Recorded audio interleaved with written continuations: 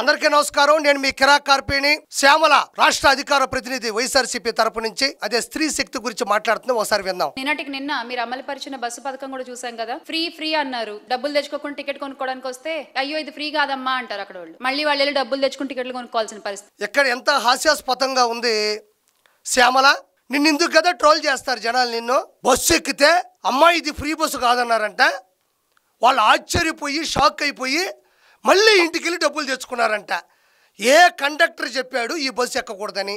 ఆ బస్సు ఏ type bus, ఏ సమయంలో ఎక్కారు, ఆ బస్సు నెంబర్ ఏంది, ఏ మహిళ మళ్ళీ వెనక్కి వెళ్ళి డబ్బులు తెచ్చుకుంది? ఒక బస్ స్టాండ్లో కానీ ఒక రోడ్లో కానీ బస్సులు వెళ్తూ ఉంటాయి. ఆ బస్సు కాదు అన్నప్పుడు ఆ బస్సుకు ఉండేటువంటి ఆంక్షలు వాళ్ళు చెప్పుంటారు. నేను ఇంతకుముందు కూడా చెప్పా, 5 రకాల బస్సులకు మాత్రమే మహిళలకు ఉచితంగా ప్రయాణం ఉంది. Palle Velugu, ultra Palle Velugu, city ordinary express, metro express. ఆవిడని ఏమైనా గద్దించారా, నిలవన తోసేశారా?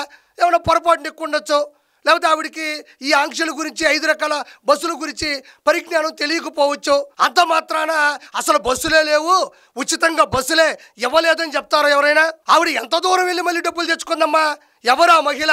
ఎన్ని గంటలకు బస్సు ఎక్కింది, ఎక్కడ బస్సు ఎక్కింది, ఏ కండక్టర్తో మాట్లాడింది, ఏ ఊరికి వెళ్ళింది, ఎంత డబ్బులు తెచ్చుకుంది? అంటే ఒక బస్సు దగ్గరకు వచ్చిన ఒక మహిళ బస్సుకి డబ్బులు తెచ్చుకోకపోవచ్చు. 50 రూపాయలు, 70 రూపాయలు, 100 రూపాయలు, ఓకే, ఆలోచిస్తా, కరెక్టే. బస్సు దిగిన తర్వాత బస్సు ఎక్కక ముందు ఉండే ఖర్చులు ఉంటాయి కదా. ఏ టీకో, కాఫీకో, వాటర్ బాటిల్కో, శనిక్కాయలకో, లేకపోతే ఇంటికి సామాన్లు తీసుకెళ్ళడానికో డబ్బులు ఉంటాయి కదా. దిగిన తర్వాత ఇంటి దాకా బస్సు రాదు కదా. ఏ ఆటోకో డబ్బులు ఎత్తి పెట్టుకో ఉంటుంది కదా. అంటే అస్సలు డబ్బులు లేవు. ఉచిత బస్సు అంటే ఉచిత కూరగాయలు ఇస్తారు, ఉచితంగా ఆటోలు ఎక్కిస్తారు, ఉచితంగా టీ ఇస్తారు అని ఎక్కడ రాసి పెట్టుందా? ఏదైనా మాట్లాడడానికి ఆధారాలు ఉండాలి, నిరూపణలు ఉండాలి. ఎవరా మహిళ, ఎవరి ఇంటికి వెళ్ళి డబ్బులు తెచ్చుకున్నారు, ఏ ఇంటికి వెళ్ళింది, ఏ ఊరు ఆ ఇల్లు చెప్పగలవా నువ్వు? ఏదో పేపర్ ఇస్తేనో పేమెంట్ వేస్తేనో మనం మాట్లాడాలంటే ఎవరో ఒకరు మన గురించి కూడా మాట్లాడుతుంటారు కదా. 5 రకాల బస్సులు ఆంధ్రప్రదేశ్ మొత్తం మీద 175 కాన్స్టిట్యున్సీలో ప్రతి డిపో నుంచి కూడా బయలుదేరుతున్నాయి. రాష్ట్ర వ్యాప్తంగా అన్ని చోట్ల కూడా ఉచితంగా ప్రయాణించవచ్చు. ఆధార్ కార్డు కావచ్చు, రేషన్ కార్డు కావచ్చు, ప్రభుత్వం గుర్తింపు పొందినటువంటి ఏ కార్డు చూపించినా టికెట్ కొట్టి చేతికిస్తారు. ప్రశాంతంగా పద్ధతిగా వెళ్ళొచ్చని చెప్పేశారు. ఎలాంటి ఆంక్షలు ఉన్నాయో కూడా చెప్పారు.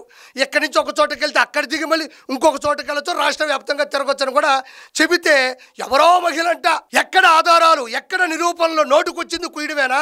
నాకు నువ్వు మాట్లాడుతుంటే ఒకసారి విందాం, మళ్ళీ ఇది కూడా చూద్దాం. బస్సుల ముందు ఇది స్త్రీ శక్తి సంబంధించినది కాదు, ఇక్కడ వర్తించదు ఆ పథకం అని చెప్పి బోర్డులు పెట్టుకుని తిరుగుతున్నారు. ఇంకేంటి మీరు ఇచ్చింది? మళ్ళీ రాష్ట్రం బాగుండాలంటే జగన్. ఇప్పుడు స్త్రీ శక్తి ఈ బస్సుకు సంబంధించదని రాయడంలో తప్పేమీ లేదు కదా.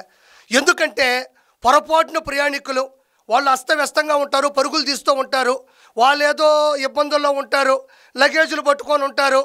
వాళ్ళని ఇబ్బంది పట్టడం ఎందుకో, పరిగెత్తుకుంటా పోయి అక్కడ పోయి అది కాదు అని అడిగే లోపే బోర్డు మీద రాయడం తప్పే ఉండదా? నో పార్కింగ్ అనే బోర్డు పెడతాం, పెట్టరా? ఆడ పార్కింగ్ చేయొద్దనే కదా అర్థం. దిస్ ఏరియా ప్రొహిబిటెడ్ అని పెడతాం, this property belongs to government అని పెడతాం. తప్పే ఉంది అందులో? అంత మాత్రాన ఏ బస్సు ఎక్కకూడదని కాదు చిల్లర శ్యామల. అర్థం చేసుకో. ప్రజలందరూ హర్షిస్తున్నారు, ప్రజలందరూ డ్యాన్సులు వేస్తున్నారు. ఎవ్వరు ఈ పథకం ఇవ్వలేరు అనుకున్నా కూడా చంద్రబాబు నాయుడు గారు కూటమి ఈ ప్రభుత్వం ఇచ్చినందుకు అందరూ కూడా ఆశీర్వదిస్తున్నారు. ఎందుకు ఈ మాటలు మాట్లాడతావు? మళ్ళీ రాష్ట్రం బాగుండాలంటే జగన్మోహన్ రెడ్డి గారు ముఖ్యం. జగన్మోహన్ రెడ్డి గారు వచ్చే ముందు నేను ఒక చిన్న మాట నీతో మాట్లాడాలా. ఆరెంజ్ ట్రావెల్స్ దగ్గరకో, కావేరీ ట్రావెల్స్ దగ్గరకో, శ్రీకృష్ణ ట్రావెల్స్ దగ్గరకో, ప్రైవేటు బస్సుల దగ్గరకో, 1000 రూపాయలు విలువ చేసే ఏసీ ఉండే ప్రైవేటు బస్సుల దగ్గరికి వెళ్ళి ఆధార్ కార్డు చూపిస్తే ఉచితంగా వాళ్ళు ఎక్కించుకోరు. వాళ్ళ టైపు వేరే. ఆధార్ కార్డు చూపిస్తే వాళ్ళు ఎక్కించుకోరు. నువ్వు ఒక పని చేయి, శ్యామల ట్రావెల్స్ అని పెట్టు, సెంట్రల్ ఏసీ బస్సు పెట్టు, రాష్ట్రాలకి జిల్లాలకి తిప్పు. మీ ఆయన డ్రైవింగ్ చేస్తాడు, నువ్వు కౌంటర్లో కూర్చో, ఆధార్ కార్డు చూపిస్తే ఉచితంగా ఎక్కిచ్చేసి. ఇది స్త్రీ శక్తి అయితే నువ్వు శ్యామల సుత్తి అని ఒక పథకం పెట్టుకో. ఎందుకు ఈ మాటలు మాట్లాడడం నాకు అర్థం కావడంలే. అంటే ఏదో మాట్లాడాలి, ఏదేదో మాట్లాడాలి అనుకుంటే కాదు. రెండోది, అన్న జగనన్న, చెల్లెలు శ్యామల, అసలు రాజకీయ అనుభవం లేని నువ్వు ఉన్న పలంగా వైఎస్ఆర్సీపీలోకి వచ్చి రాష్ట్ర అధికార ప్రతినిధి ఎలా అయ్యావు అనేది నాకు అర్థం కావట్లే, ప్రజలకు అర్థం కావట్లే. కానీ నేను దీర్ఘంగా ఆలోచించి డెప్త్గా వెళ్తే అప్పుడు అర్థమైంది. ఏంటంటే అన్న కూడా మద్యాన్ని కల్తీ చేసి లక్షల మంది జీవితాలతో ఆడుకున్నాడు, వాళ్ళని ప్రాణాలు తీశాడు. అంటే అన్నకి శవాలంటే ఇష్టం. మద్యాన్ని కల్తీ చేసి లక్షల మంది ప్రాణాలు తీశాడు. ఓకే, ఇది అన్న క్యారెక్టర్. ఇటు చూస్తే నువ్వేమో బెట్టింగ్ యాప్లు ప్రమోట్ చేసి కొన్ని వందల మందికి ఆశ చూపించి వాళ్ళు చచ్చిపోయేలా చేసావు అమాయకుల్ని. అంటే నువ్వు కూడా నీ స్వార్థం కోసం శవాలను లేపావు అమాయకుల్ని. మీ అన్నేమో కల్తీ లిక్కర్తో కల్తీ మద్యంతో లక్షల మందిని శవాలుగా తేల్చాడు. ఇద్దరికి కామన్ పాయింట్ ఒకటి ఉంది, మోసం చేయడం, అమాయక ప్రజల్ని చంపేయడం. అక్కడ కనెక్ట్ అయ్యావు నువ్వు అన్నకే. అప్పుడు నీకు ఫోన్ వచ్చి ఉంటుంది, శ్యామలను పిలిపించండి, చక్కగా మోసం చేస్తుంది, అమాయక ప్రజల్ని చంపేస్తుంది. ఆవిడ మన పార్టీలో ఉంటే మనం అనుకున్నటువంటి ఏదైతే ట్రేడ్ మార్క్ లైసెన్స్ ఉందో, ఏదైతే ఆంక్షలు ఉన్నాయో, మన పార్టీ యొక్క చట్టం ఏదైతే ఉందో ఆవిడే నిలబెడుతుంది. నాకు ఎలాగో షర్మిల గారు లేరు, సునీత గారు లేరు, మా అమ్మ లేదు, నాకు ఒక చక్కగా ఇంకొక మహిళ కావాలి, శ్యామలాని తీసుకొని రండి, ఇంకో ప్లేస్లో ఆర్కే రోజాని తీసుకొని రండి, నాకు మా అమ్మ దూరం అయిపోయింది, లక్ష్మీభారతం తీసుకొని రండి, మా కుటుంబంలో ముగ్గురు నన్ను దూరం వెళ్ళిపోయారు, నాకు వీళ్ళ ముగ్గురు ఉంటే నా కుటుంబం కలకల్లాడుతూ ఉంది, చివరి రోజుల్లో నాకు ఖచ్చితంగా ఒక శవం కావాలి, కాబట్టి నేను ఎవరో ఒకరిని వేసుకుంటూ పోతాను, వీళ్ళ బలి కోరుకుంటానని బలి పశువు అయిపోతున్నావు శ్యామల. ఇక్కడ లాస్ట్లో ఏదో మాట్లాడినావు, ఇది కూడా ఒకసారి చూద్దాం శ్యామల. ఏమనుకోబాక, నీకు నాకేం గొడవలు లేవు, కాకపోతే ఏంటంటే ఇలాంటి చిల్లర మాటలు మాట్లాడుతూ ఉంటే నాకు కోపం వస్తుంది, అంతే, ఇంకేమి లేదు. ఇది చూడమ్మా, ఆయన ముఖ్యమంత్రి చేసుకోవడానికి ఈ రోజున చిన్న పిల్లల దగ్గర నుంచి, అంటే అప్పుడే ఓటు హక్కు వచ్చిన వాళ్ళ దగ్గర నుంచి కూడా ఏంది ఓటు హక్కు వచ్చిన వాళ్ళందరూ చిన్నపిల్లలు? నీకా ఓటు హక్కు వచ్చిన వాళ్ళంట చిన్నపిల్లలంట. అన్నేమో గంజాయి మొత్తులో ఎడ్ కానిస్టేబుల్ని చంపబోతుంటే, గంజాయి మొత్తులో ఊరంతా ఊరేగుతుంటే వాళ్ళేమో చిన్నపిల్లలు అంటాడు. నువ్వేమో 18 సంవత్సరాలు రాగానే వాళ్ళు చిన్నపిల్లలు అంటున్నావు. నాకు తెలిసి అయితే నువ్వైతే పసికందువే, ఉయ్యాల్లో ఉండి ఊగుతా ఉండవు. ఏమన్నా కర్మ ఇదే. అన్ననంట సీఎం అని చేసుకోవాలని సిద్ధంగా ఉన్నారంట. ఎవరమ్మా సిద్ధంగా ఉండేదా? అన్నని సీఎం చేసుకోవాలనుకుంటే 2024లో 151లో 5 ఎందుకు గాలిలో లేపినారు? మరి అప్పుడు సీఎం చేసుకోవచ్చు కదా.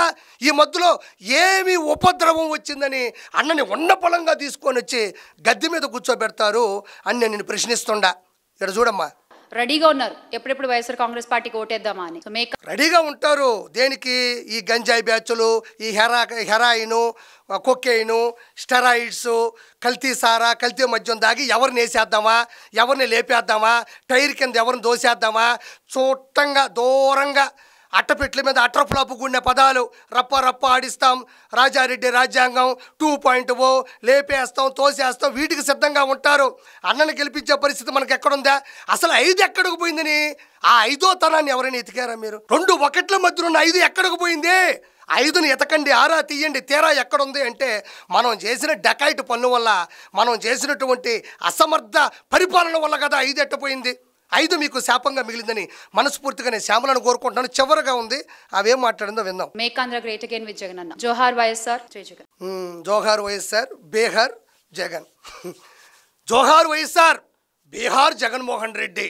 అంటే సుపరిపాలనకి సుపరిపాలనకు ఉన్నంత తేడా ఉంటుంది. సుపరిపాలన అంటే లక్ష్య దిశగా సుభిక్షంగా సురక్షితంగా పాడి పంటలతో పచ్చని పొలాలతో రాష్ట్రాన్ని కలకల్లాడేటట్టు చేసేదాన్ని సుపరిపాలన అంటారు. చంద్రబాబు నాయుడు గారిది సుపారీ పాలన. కల్తీ మద్యం దాగి, కల్తీ సారా దాగి, కల్తీ హెరాయిన్ వేసి, స్టెరాయిడ్స్ వేసి, ఏదంటే అది వేసేసి జనాల్ని చంపేసి సుపారీ గ్యాంగ్ బీహార్ నుంచి దింపి చేసేదాన్ని సుపారీ పాలన అంటారు. జోహార్ వైఎస్ఆర్ గారు, బీహార్ వైఎస్ జగన్మోహన్ రెడ్డి గారు. బీహార్ జగన్మోహన్ రెడ్డిని ఎందుకన్నానంటే 10కి 20కి పీకలు కోసే వాళ్ళని బీహార్ నుంచి తీసుకొచ్చి పరామర్శ యాత్రల్లో దించి అమాయకులైన ప్రాణాలతో చెలగాటం ఆడతాడు. కాబట్టి జోహార్ వైఎస్ఆర్ అంటే నేను బీహార్ జగన్మోహన్ రెడ్డి అన్నాను. Thank you so much.